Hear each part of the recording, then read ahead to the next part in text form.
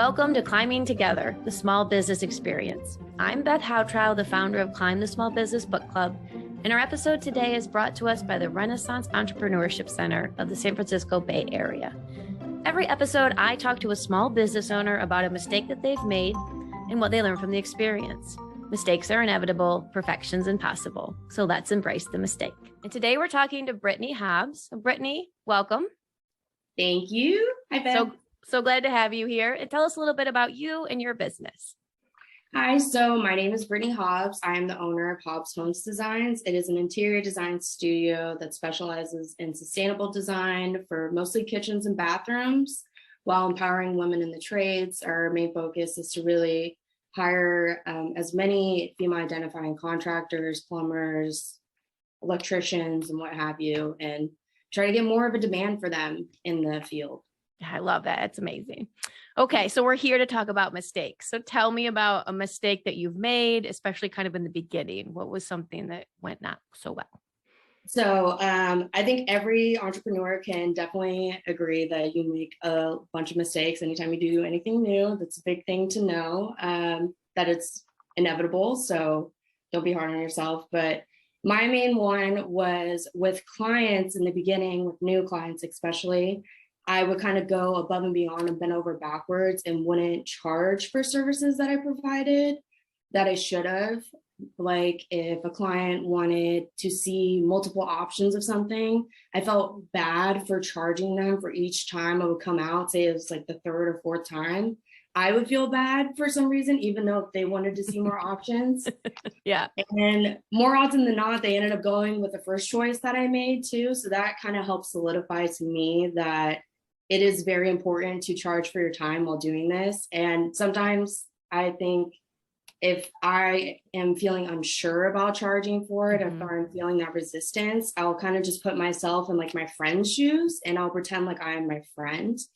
And if I were my friend and my friend was telling me they were feeling bad about charging it, I would adamantly tell them you should charge for this, then I'd charge for it without any regret, essentially. Yeah. Absolutely. It's just the hardest thing when you're first getting started, especially in that service space, is what do I charge for? What's going to make people angry? Right. I want them to be happy. But yeah. And in the end of the day, it's usually the end result that's the biggest concern, not the amount that's charged. Okay. Right.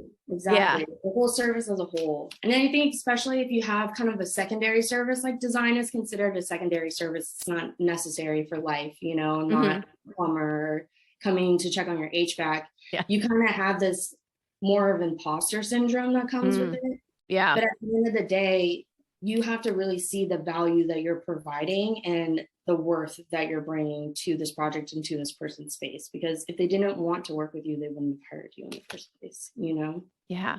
I think you kind of already answered this, but what advice would you give to new service entrepreneurs as they're kind of debating or tackling this idea of should I charge for this time or not? I would definitely go with the friend route. Treat yourself like your best friend and just pretend like it's not you for a second. If your friend was doing this, would you tell them to charge for that or not? Yeah. And the second thing I would also give advice is like I personally put a lot of pressure on myself to figure everything out right, like as quickly as possible. And I would really get down on myself if I didn't know the answer to everything. Yeah. There's so many easy ways to direct that with the client by simply saying, let me think about that, or let me get back to you on that without sounding incompetent. Yeah. You're not expected to know everything, but even like in the design space, even if I'm a first year entrepreneur and I've only worked on 5 projects, I still worked on 5 projects more than my client. So I still have more experience and expertise in that area, So I would just really recommend treat yourself like your friend and be very compassionate with yourself. And I love it. That you're going to keep learning. Life's a long. Yeah. Life is learning always. That's like a reading a rainbow sign. Put up the slogan. That's right. Life is learning always. Oh, yes. Awesome. Okay. So this is a podcast brought to you by a book club. So I would love to hear about your favorite business book. Okay. If you guys haven't signed up for Beth's book club, you should definitely sign up for the book club. Love the books. A couple of them, they're not going to be your cup of tea. I think that's just kind of how it goes with any book club that you're going to join. my favorite by far was the one that you brought. I forgot. I think it was like January. First one. January. Yep. Starting off strong. We came out strong. Tiny Habits. It was amazing. It's such a good book.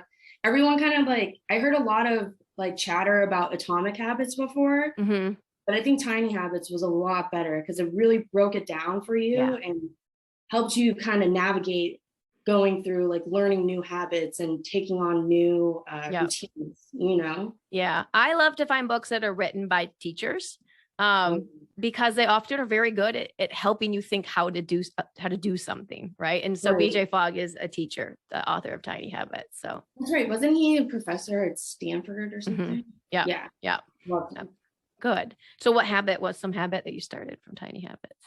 So for Tiny Habits, I did flossing like he did. Yes.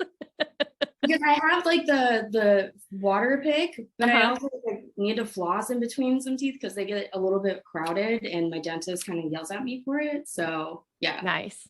Yeah. I stretch every day. And I also, at the end of every workday, write down what I need to get done the next day. I just have a Post-it note out, and that Tiny Habits, the Post-it note. And then that drives me to, See, I started kind of doing that too. I don't plan out the next day because I find it hard to do that for me personally to like future plan. So I'll just write down the important appointments I'll have the day before and certain goals I want to do, but then I have to kind of wait. Absolutely. I just have three things, that need to get done first thing. Yep.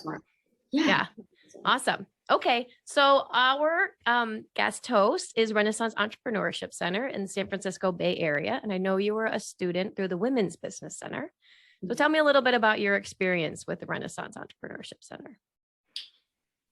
It is something that you definitely have to be committed to. I loved it overall, but I don't want to give the impression to people that it's super easy, and it's not. If you're really serious about starting your own business, it is going to take a lot of work. I personally feel like it's very fulfilling. It's very worth it because I can't have people tell me what to do anymore. I just determined that's not in the cards for me. But to be an entrepreneur was worth it. Yes, exactly. But I was like, the teachers might tell you what to do. So you took the business planning class at Renaissance Entrepreneurship Exactly. Center. Yes. So that really helps with planning everything because I was kind of just like a shot in the dark, just trying to figure it all out and watching as many YouTube videos as I can, which can help in some sense. But the business center for the business planning definitely helped me actually plan out my business and get structure, provided structure. Yeah, absolutely. That, and some accountability, which I think a lot of small business owners, when you lose a boss, you might not want someone to tell you what to do, but then you also lose that accountability of someone telling you what to do. And so that can be a nice part. That structure though, it's still super important. Yeah, definitely. Absolutely. All right. Well, Brittany, thanks so much for joining us today. Thank you for having me. I appreciate it. Yeah, it was great to see you. And if you guys want to check out Brittany's business, it's Hobbs Home Design. She's in South Carolina. This podcast is brought to you by Climb the Small Business Book Club, where entrepreneurs go to learn, discuss, apply, and grow. If you enjoyed the episode, be sure to subscribe at Apple, Spotify, or Google Podcasts, or follow us on Instagram at Climb Book Club. And always remember, mistakes are inevitable, perfection's impossible. So let's embrace the mistake.